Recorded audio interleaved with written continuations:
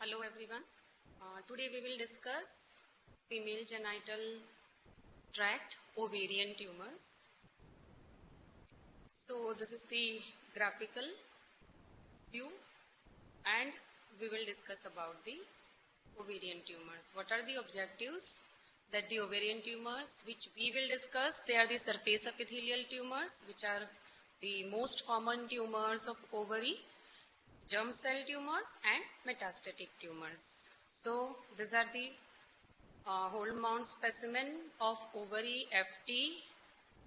You can see these are the ovaries, diseases of ovaries. Ovarian tumors, mainly surface epithelial tumors, sex cord stromal tumor, germ cell tumors and metastatic tumors. We will discuss surface epithelial tumors, mainly serous, mucinous. Serous, which are the most common tumors from surface epithelial. Mucinous, comparatively less common. Then sex cord stromal, not very important for UGs, but they are granulosa cell tumor, thecoma fibroma, Sertoli, Leydig cell tumor. Germ cell tumor, again important aspect. We have discussed germ cell tumors in detail in male genital tract, and the tumors have pathologies similar to tumors of testis. Here we will discuss teratoma and dysgerminoma. Basically, teratomas are the commonest tumors, and you may come across your clinical postings that the teratoma commonly. Less commonly, dysgerminoma. And metastatic tumors, mainly Krukenberg. So, what is surface epithelial tumor? It's a epithelial tumor. They arise from coelomic epithelium, which covers surface of ovaries. With repeated ovulation and scarring, surface epithelium, they become entrapped in cortex of ovary, where they form small cysts. Sometimes they are present, and patient may bear this tumor for lifelong. They does not cause any type of problem, but sometimes they become metaplastic or undergo neoplastic transformation, which give rise to number of different epithelial tumors. Now here we can see the cut section, pictorial, and you can very well notice that inside the ovary, stromal component, we don't have any epithelial component as such. But because of its covering, overlying covering is epithelial, and we can have some inclusion cyst because of some physiological trauma. And from there will be origin of surface epithelial tumor. That means epithelial tumors. Like as we see squamous cell carcinoma, where we could see squamous cell carcinoma where normal squamous epithelium is present. Here normally the component of ovarian, components of ovary, no epithelium inside the ovarian parenchyma, but the overlying coelomic epithelium, they are responsible for this tumor. Benign lesions, they usually cystic, known as cystadenoma, and they may have accompanying stromal component, like they are known as cystadeno for epithelial component and fibroma for stromal component. Malignant tumors may be cystic, known as cyst adenocarcinoma, or solid, then it is only carcinoma. Some ovarian epithelial tumors, they fall into intermediate borderline category, which are currently referred as low malignant potential. Any type of tumor, why histopathological examination is important? Just to identify the behavior of tumor, whether they are the high grade, low grade, what could be the prognosis, what was the underlying pathway for transformation, that will have impact on further surgical management of patient. Now, serous tumors, they are firstly most common tumors of ovaries, like we have shared some dictums in our tumor, our topic of discussion, that is the male genital tract, tumors of testis, where most common tumors of testis are germ cell tumors, but most common tumors of ovaries are surface epithelial tumors. Okay, more than 60% are benign. 15% of epithelial tumors are low malignant potential, that means they are borderline, and 25% are malignant. So first, as they present with cyst, they are known as cyst adenoma, serous cyst adenoma. Adenoma for its benign nature. Most common middle-aged female, and serous cyst adenomas are the commonest, which are bilateral. Gross and microscopic features, they could be small to large, unilocular or multilocular. Generally, benign tumors are unilocular and they contain serous fluid like clear, thick fluid. Papillary structures are present, and on microscopy we can see the cyst lining, which are actually lined by tall columnar epithelium. So here you can see the cut section of serous cyst adenoma, where you can see the clear fluid in the lower figure. It contains yellowish colored clear fluid, and some very small short papillary projections could be present. Here you can see on the right corner of the figure like stromal component and the cyst, which are lined by the columnar epithelium. We can see papillary projections. Some tumors may have papillary projections. They are again papilla, that means the central fibrovascular core covered by epithelium. They are the finger-like projections and common in ovarian serous tumors. Now, talking about serous adenocarcinoma, which are again common presentation of ovarian tumor, and nowadays they are classified according to its presentation, histological presentation, that the low grade and high grade. Now, low grade carcinoma, they generally arise from pre-existing benign condition or the borderline tumor, like benign cyst adenoma, borderline cyst adenoma may progress to serous adenocarcinoma, and they are of low grade. Behind this low grade tumors, KRAS, BRAF or ERBB2 mutations are there. Another pathway is there which give rise to high-grade serous adenocarcinoma, which are actually de novo carcinomas. The origin is de novo. There won't be any pre-existing benign tumor, and they are of high grade, usually bilateral, and majority have TP53 mutations. Malignant tumors, which they may show small cystic tumor, have single cavity, but if they are large one, they are frequently divided, that means they are multilocular, and they are filled with serous fluid. They may have cystic and solid component. As the solid component increases, the severity is high.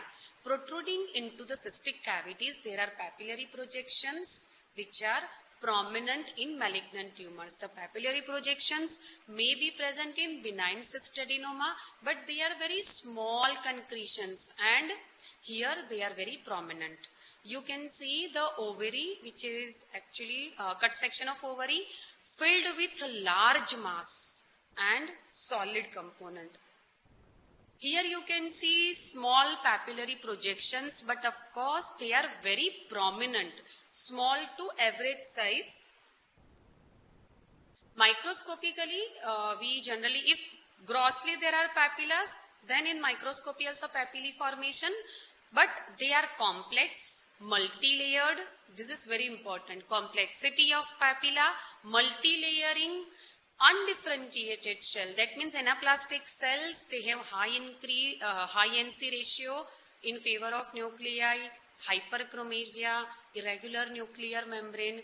That means stratification with cytological atypia.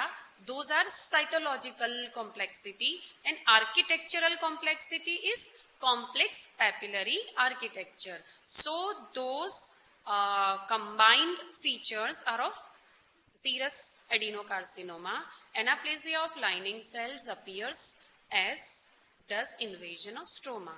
Psammoma bodies. Now these bodies are usually present in any tumor which has papillary projections. Okay, so it is basically a concentrically laminated calcified concretions which are common at the tip of papillae. Basically they undergo some sort of necrosis because of twisting or any other reason, and they will form the calcification. So psammoma bodies are generally seen in papillary serous adenocarcinomas.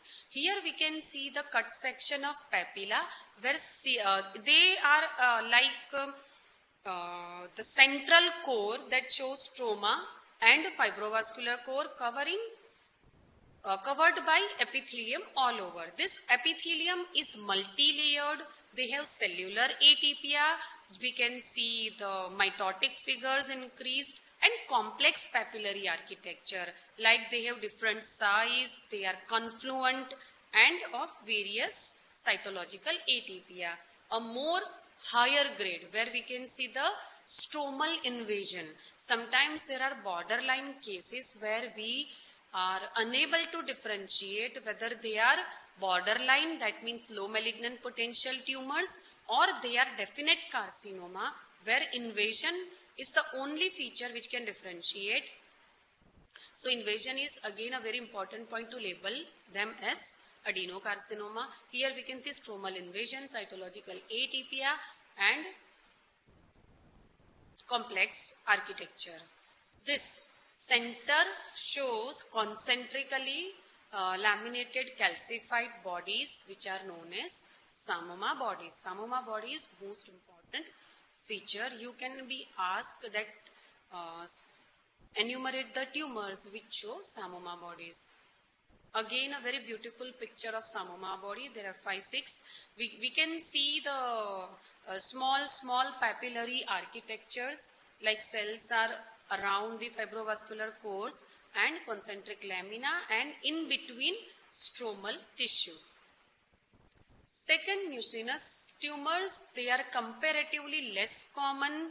Bilaterality again very low as compared to serous tumors, and they grow in a large cystic multiloculated mass. They contain a viscous mucinous fluid. Here in a serous tumors we have a clear yellowish colored fluid. Here it is mucinous. There could be two types of cell lining. If it is cystic, what is cyst? Cysts are actually the complete fluid filled content and that wall which is lined by epithelium. If it is epithelium, then it is true cyst, otherwise pseudocyst. So two types of cell lining, endocervical and interstitial. Adenocarcinoma, again the features are same, that is stratification, more than 4-layered cellular atypia, stromal invasion. These are the features which differentiate borderline from the frank malignant. The lower portion that shows the stroma and the upper one shows the mucinous epithelium covering the cyst line. Now germ cell tumors. Germ cell tumors are common. Most common germ cell tumor is teratoma. In teratoma, most common is benign cystic teratoma.